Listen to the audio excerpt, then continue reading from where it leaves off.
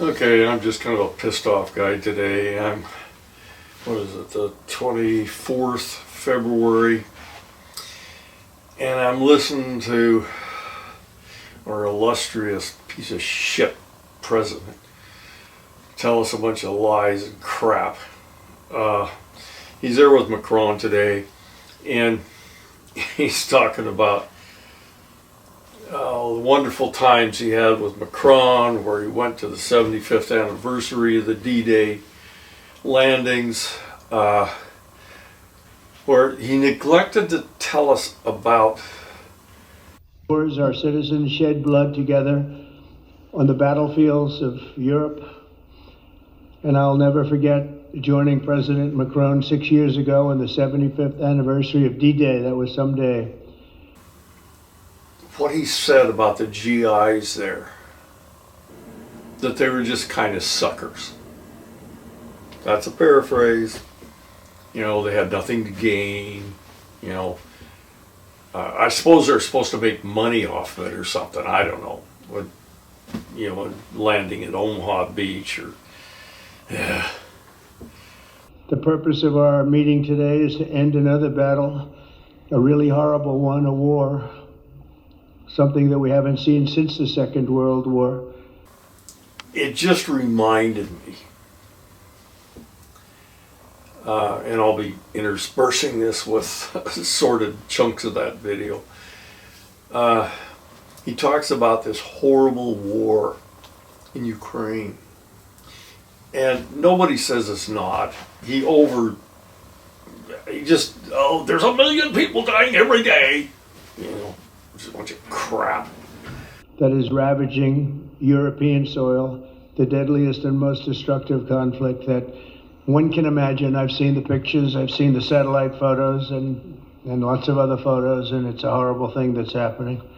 Thousands of people are dying a week. This very day is the third anniversary of the invasion of Ukraine, which would never have happened if I was president. That was not going to happen. Well, this guy appears to be the king of you can't prove a negative. He has constantly been saying this would have never happened if I was president. We could say, well, we really don't know either way, but I guess I can make as much of a prediction as anything because it's already passed and it doesn't make any difference. I think we would have had that war anyway. But anyway, that he just constantly says, I was so good it would never have happened. The horrors of this gruesome and bloody war can scarcely be overestimated. Hundreds of thousands of people, Russians and Ukrainians in particular, have needlessly died.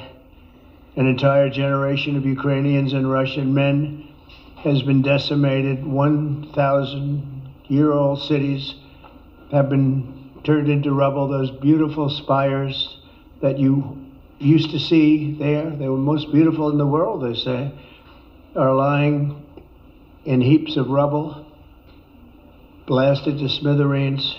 It's time to end this bloodletting and restore peace, and I think we're going to do it. We've had some great conversations, including with Russia.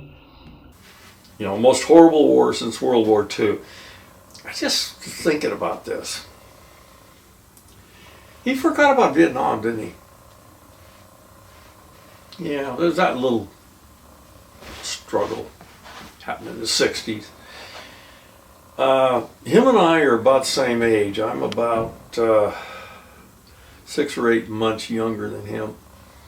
1968, he would have been drafted. But he didn't get drafted. Shocking. He had bone spurs. Yeah, bone spurs.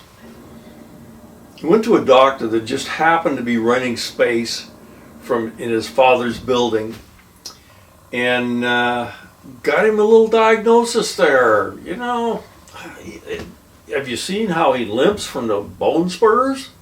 Yeah, it's just terrible. Yeah. Yeah, okay.